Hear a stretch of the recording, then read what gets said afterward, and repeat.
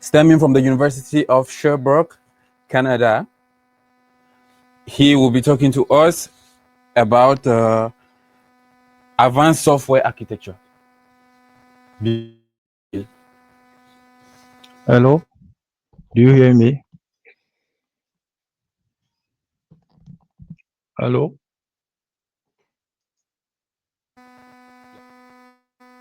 Oui, oui.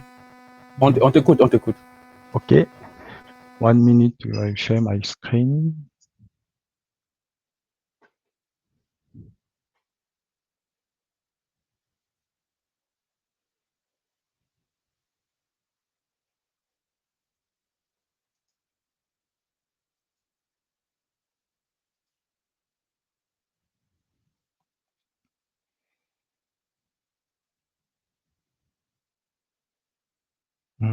Ok, bonjour à tous.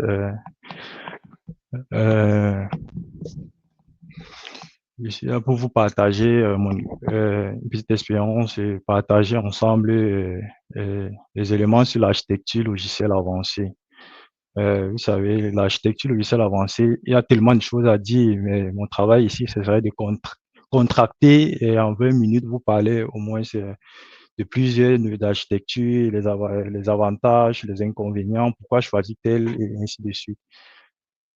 Ok, je me présente, je suis Achille Katé, business analyst, développeur Java, architecte logiciel, avec presque plus de 10 ans d'expérience. J'ai aussi été aussi mentor Open Classroom sur les parcours architecture logicielle et développeur full stack, et avec plusieurs certifications en architecture d'entreprise, TOGAF, ITIL, Scrum. Et aussi, je suis beaucoup actif sur LinkedIn, où au quotidien, je partage ce que je rencontre au quotidien dans mon travail et ce que je vois qu'on peut améliorer dans le travail. OK, je vais commencer par un constat. En 2010, Netflix a pris une décision cruciale, abandonner son architecture monolithique.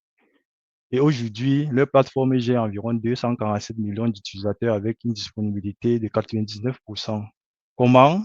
Ceci était grâce à une révolution architecturale. Ceci était dans le rapport annuel 2023 de Netflix. Uber, dans sa publication technique Engineering Your Skill en 2019, a documenté un défi similaire. Leur monolithique se fondait sur 1 million de requêtes par seconde.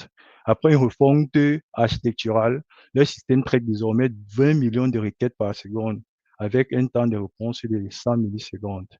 Et Amazon, comme détaillé dans le livre Building Architecture de Sam Newman, a confirmé, est passé de 100 déploiements par an en 2001 à plus de 66 millions de déploiements en 2019 grâce à l'architecture orientée service.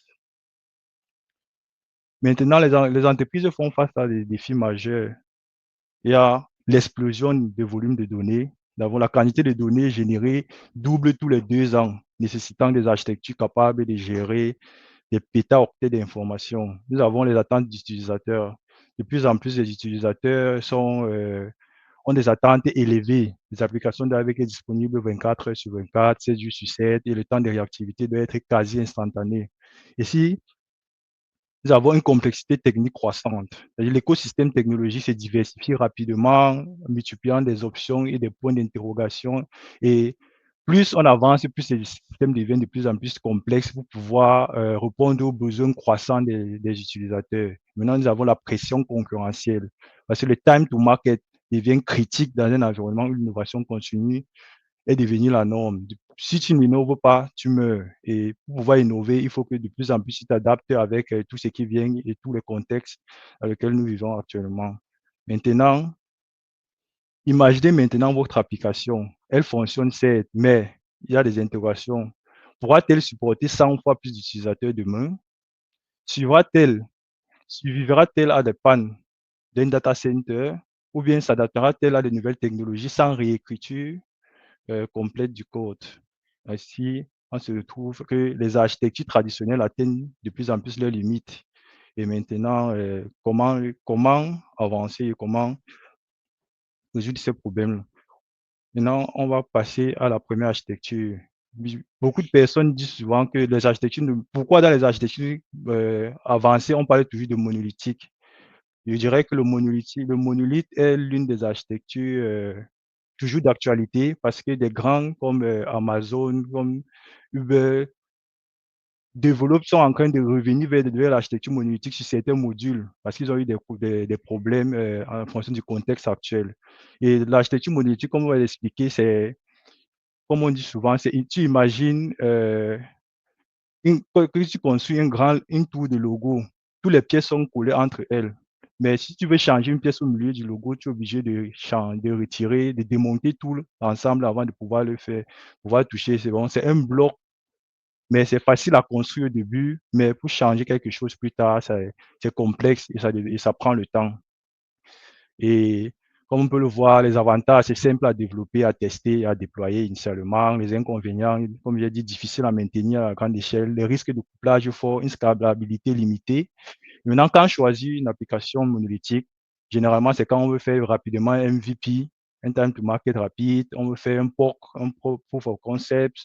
Lorsqu'on a un budget limité, on n'a pas besoin immédiat de scalabilité extrême. On veut faire une application rapidement là, et on a des applications donc avec un domaine de métier limité.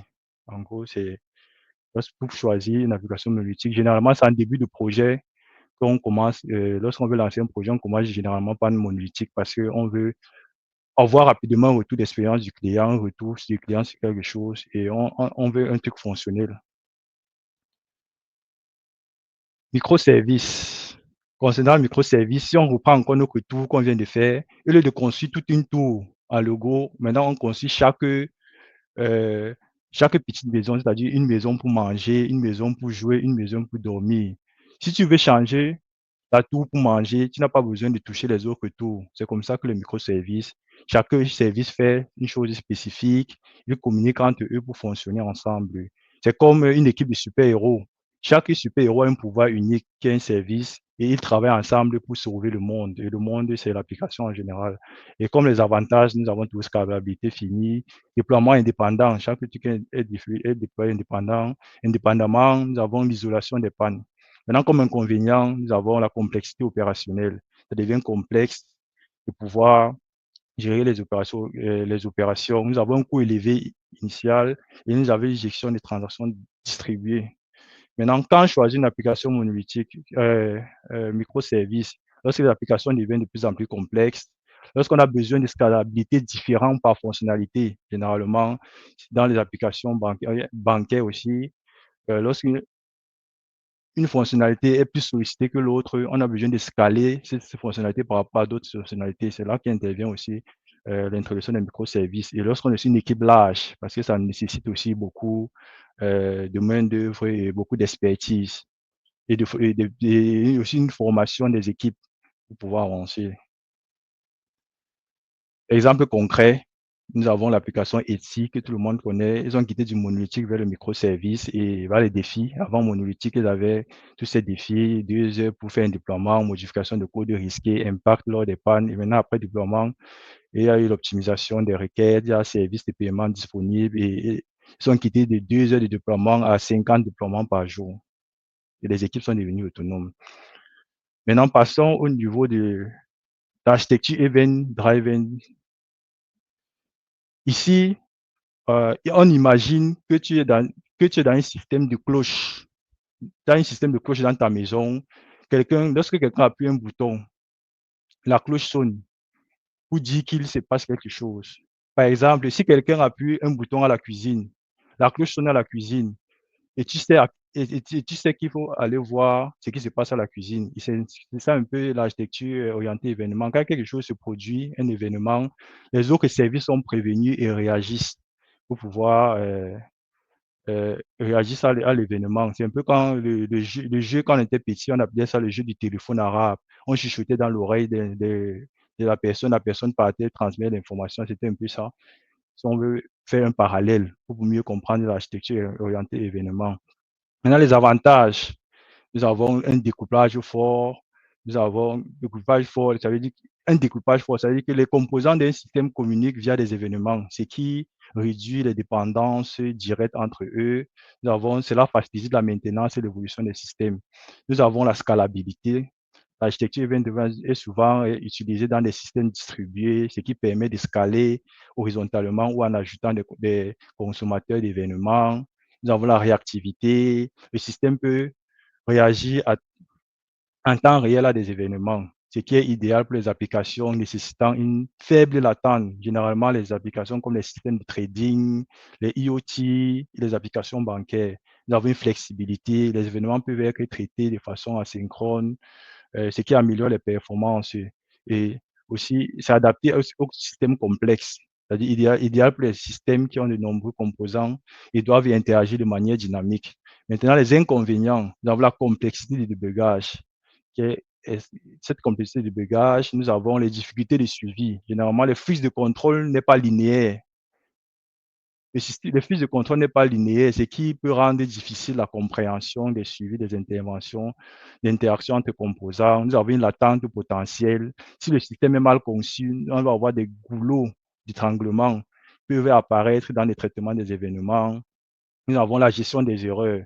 La gestion des erreurs et des événements non traités peuvent être plus complexes dans ce type d'architecture-là. Et si nous avons la dépendance au broker, généralement l'utilisation d'un système de messagerie, on peut être dépendant soit de Kafka, soit de RabbitMQ ou bien de RactiveMQ. Et c'est cette dépendance-là, nous avons une consistance des données, c'est-à-dire dans un système distribué, garantir la consistance des données peut être difficile et un problème de cohérence éventuel. Maintenant, on peut aussi dire que quand ne pas choisir le système. Quand on choisit un système lorsque ton système est un système réactif, tu as des traitements en temps réel, tu as des workflows complexes. Maintenant, on peut aussi se poser la question, quand ne pas choisir un système event driven design, une architecture event driven design, lorsque tu as une application simple à faire, pas besoin de venir dans ce type d'architecture, ou lorsque tu as besoin d'une cohérence forte, c'est-à-dire que si ton application nécessite une cohérence immédiate des données, une architecture transactionnelle du type ACID est préférable que de venir prendre une architecture event-driven design. Et lorsque tu as des ressources limitées, si tu n'as pas de ressources pour gérer la complexité du système, mieux tu ne viens pas prendre virer vers ce type de système-là. Aussi, lorsqu'il y a des latentes, lorsque la latente est critique dans ton système, si ton système est si la latente de traitement asynchrone est inacceptable pour ton système, mieux tu ne viens pas dans ce type de système-là. Exemple, nous avons Deliveroo qui utilise l'Event Driven Design, une commande passée, livret assigné, commande pression et commande en livraison, et ainsi de suite. Maintenant, nous avons l'architecture serverless. L'architecture serverless, ici, c'est comme j'aime toujours prendre des parallèles pour qu'on puisse mieux comprendre. Imagine que tu veux faire un gâteau, mais au lieu de cuisiner chez toi, tu vas dans une cuisine magique où tout est déjà prêt. C'est-à-dire, tu dis ce que tu veux et hop, le gâteau apparaît. Tu n'as pas besoin de t'occuper des ingrédients, des fours et tout ceci. C'est comme tu écris du code et le cloud s'occupe de tout le reste, des serveurs, gestion et tout. Un exemple concret, c'est comme faire commander une pizza. Tu appelles et tu dis que tu veux la pizza et hop, sans que tu aies à faire la pâte et allumer le four et tout, la pizza est arrivée chez toi. Mais ici, les avantages sont, nous avons un coût optimisé. Le coût optimisé,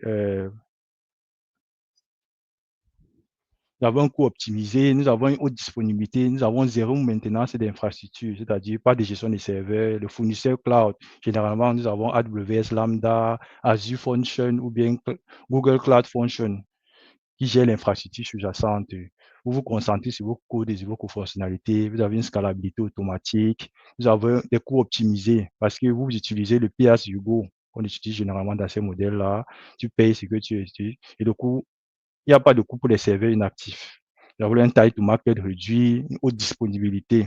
Maintenant, comme inconvénient, nous avons un vendor lock-in, c'est-à-dire qu'une forte dépendance aux fournisseurs cloud.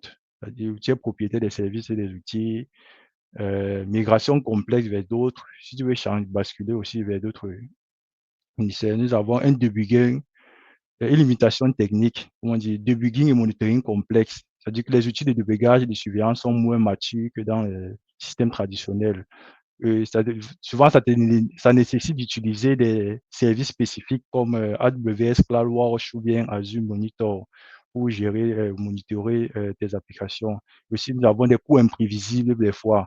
Pour, pour des charges élevées et constantes, les coûts peuvent devenir élevés en fonction de l'infrastructure dédiée et tout. Il y avait aussi souvent des difficultés à estimer le coût à l'avance aussi. Ça, c'est aussi un des problèmes.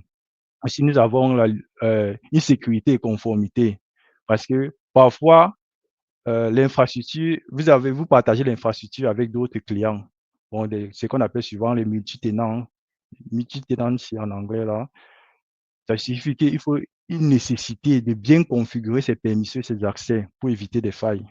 Si c'est important de le faire. Maintenant, quand on choisit une application Servlet, idéal pour les charges variables, pour les fonctions ponctuelles, pour les petits startups, pour les prototypages rapides, pour tester rapidement une idée ou un concept sans investir dans une infrastructure complexe. Nous avons l'intégration avec d'autres services cloud, nous avons la réduction des coûts aussi qui entre en jeu. Maintenant, quand éviter euh, une architecture servlet, généralement lorsque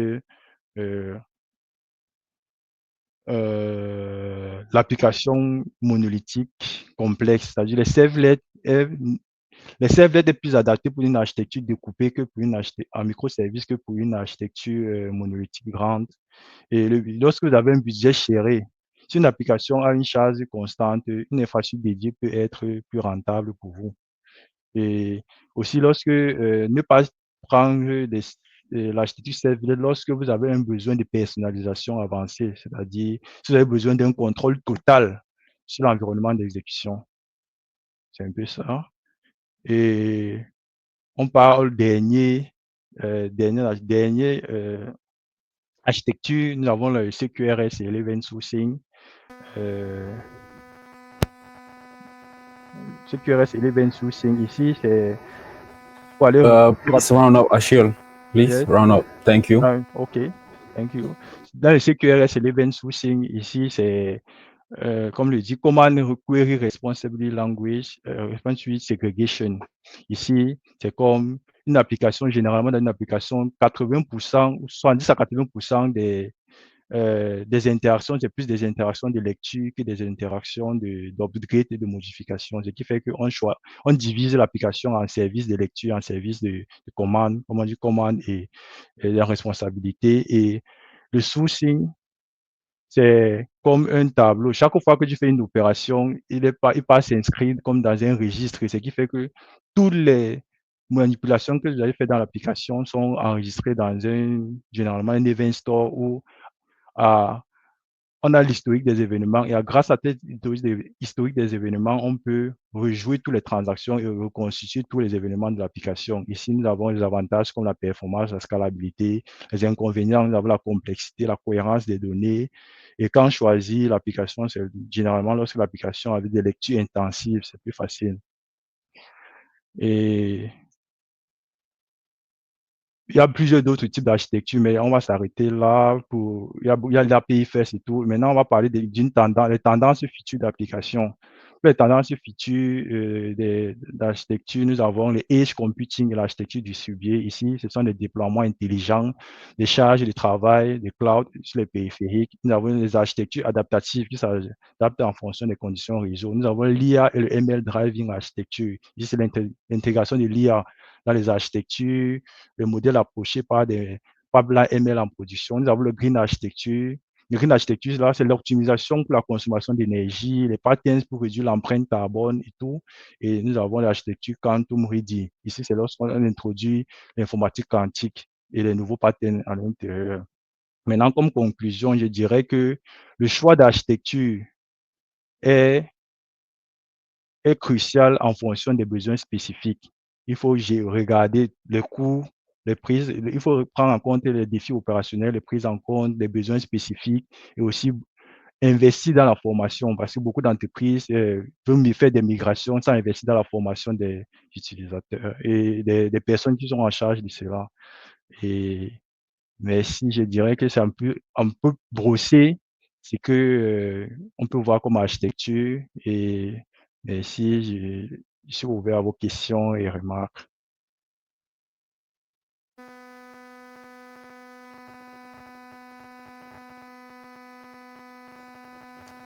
That's ça. Okay, thank you very much, Achille, for your presentation and on the modern software architectures. Est-ce que vous avez des questions dans la salle? Dans la salle, vous avez des questions? Est-ce que nous avons des questions en ligne? Ok, nous avons des questions en ligne. Merci de les faire afficher, s'il vous plaît. Les applications SaaS reposent sur un modèle d'abonnement, une accessibilité basée sur le cloud, une architecture multilocataire. Cette archi a-t-elle besoin d'évol? Le constat est-il universel? D'évol, ça veut dire quoi? Je sais pas vraiment. D'évolution ou bien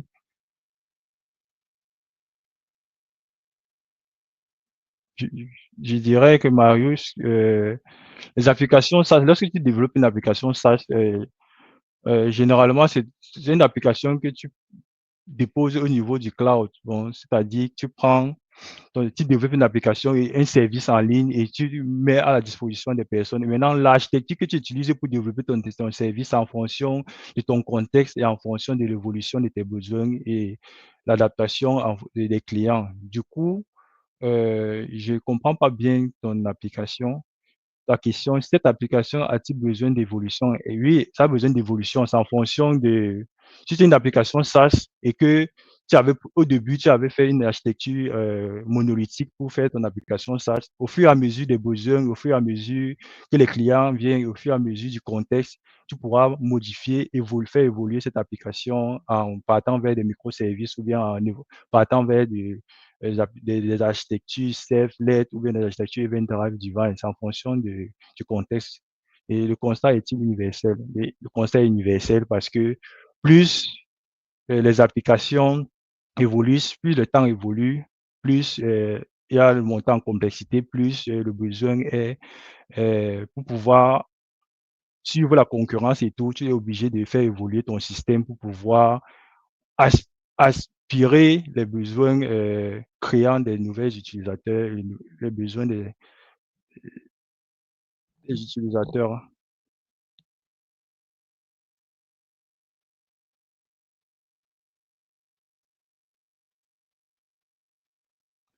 L'architecture servlet est une architecture microservice où les deux vont forcément ensemble. Oui, l'architecture servlet est une architecture microservice. L'architecture servlet, comme je l'ai dit, c'est utiliser. Allô? Do you hear me? J'ai l'impression.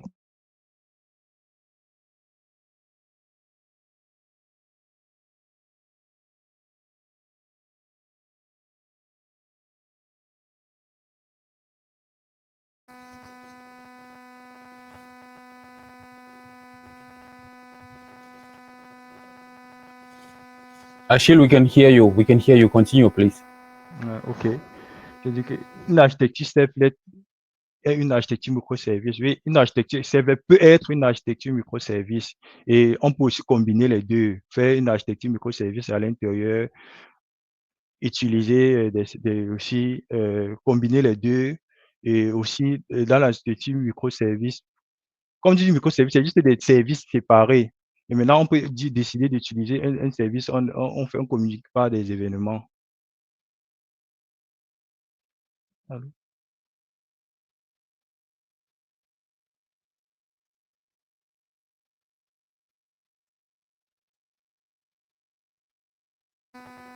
Ok, merci beaucoup, Achille. Est-ce que nous avons d'autres questions? Ok. Juste pour corriger, c'est bon, je ne sais pas si c'est pour couper à court, mais on dit serverless. Bon, ça c'est en anglais. Serverless. Ok.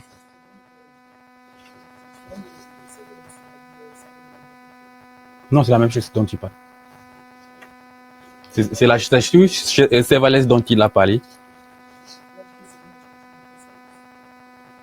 Oui. Alors, tu as une question?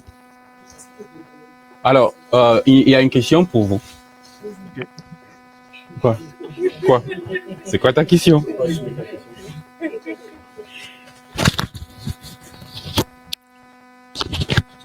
Ok, Achille, c'est Achille, non. Ok.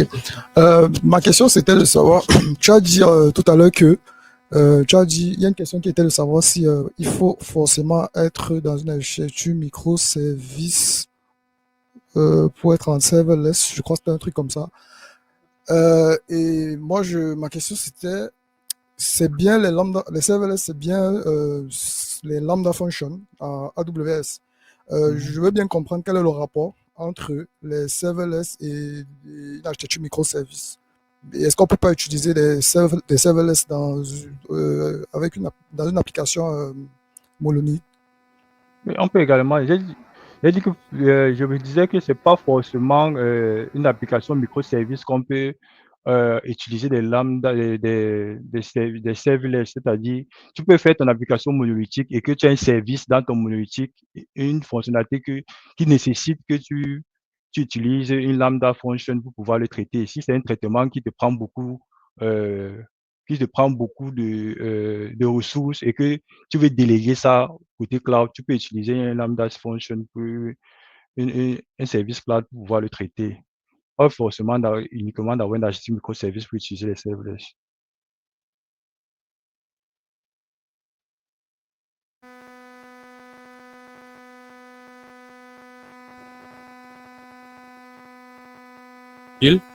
Et nous n'avons plus de questions. So, ladies and gentlemen, we are going to have another speaker. Guess who? Our own event event organizer. So, thank you very much, Achille. See you next time, hopefully. Thank you. Bye.